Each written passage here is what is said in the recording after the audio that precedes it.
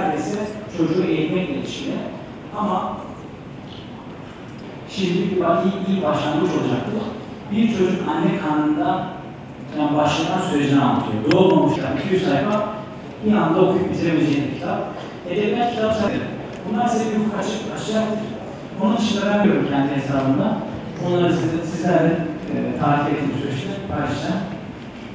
Burada Şahin Bey belediyemizin belki de Türkiye'de örnek olan çalışmalarına ben ilk defa şahit oldum. Öncelikle bu aile konusunda bilgilendirici değil bakın. Bilgi ayrıdır, bilinç ayrıdır. Bilgiyi bilince ve şuura evde çevirmemiz gerekiyor. Ben 20 yıllık evliyim. Bir gün ben otobüs yolculuğu yaparken değerli başkanım, yani o birisi oturdu, adam aile uzmanıymış, ne bileyim ben. Ya boş durma kardeşim dedi, şu kitabı oku dedi bana. Kitabı aldım, kitabın adı meğer eşim haklıymış. Şimdi ben kitabı okudum. Ankara'dan Safranbolu'ya kadar, Safranbolu'yu gördük o zaman. Ya eve gelince hanıma dedim ki, hanım sen gerçekten haklıymışsın. Bugün ben salatayı yapabilirim. Yarın sabah kahvaltıyı da hazırlayın. Ya senin kafana saksı mı düştü dediler bana. Ben mücahitinize kalbi duygularına selamlıyorum. Diyorum ki, hani diyor ya, hep yapan ol, yıkan olma. Tüten ocağı bozan olma. Hep seven ol, sevilen ol. Gel bu gönüllü kırma diyor. Biz gönülleri kırmayalım. Hepinizi en kalbi duygularımla selamlıyorum. Programımız hayırlara vesile olsun inşallah.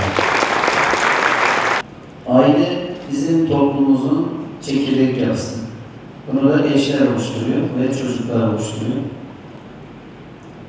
Evlilik dinimizde de çok önemli bir müessese. Sayın Müftüm burada. Çok hassasiyetle üzerinde durması gereken bir yapı. Eğer aile yapısı sağlamsa, eşler birbirine sımsıkı sarılmışsa, o zaman toplum da sağlam oluyor. Çocuklar da güvende oluyor. Evlilik gibi kutsal bir müesseseyi kurmak da, devam ettirmek de çok önemli. Evlilik okulu da bunu sağlıyor.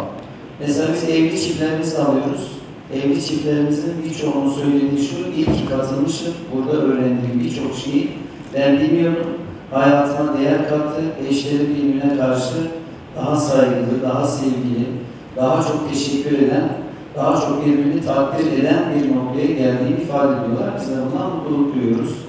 Ve katkı sağlayan tüm başta müftülüğümüze, sağlık müdürlüğümüze, üniversitemize, emniyet müdürlüğümüze ve belediye çalışan arkadaşlarımıza da teşekkür ediyoruz. Sizlere de katılımlarınızdan dolayı teşekkür ediyoruz. Mutlu aile, huzurlu toplum diyoruz.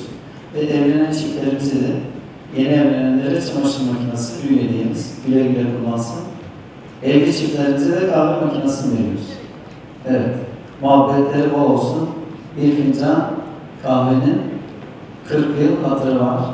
Kahve içerken bizi hatırlasınlar. Ben tekrar katılmanızdan dolayı tebrik ediyorum. Sertifikalarınızın da hayırlı, uğurlu olmasını diliyorum. Hepinize hayırlı akşamlar diliyorum. Sizde bulunan diğer çiftlerimize anons etmeyi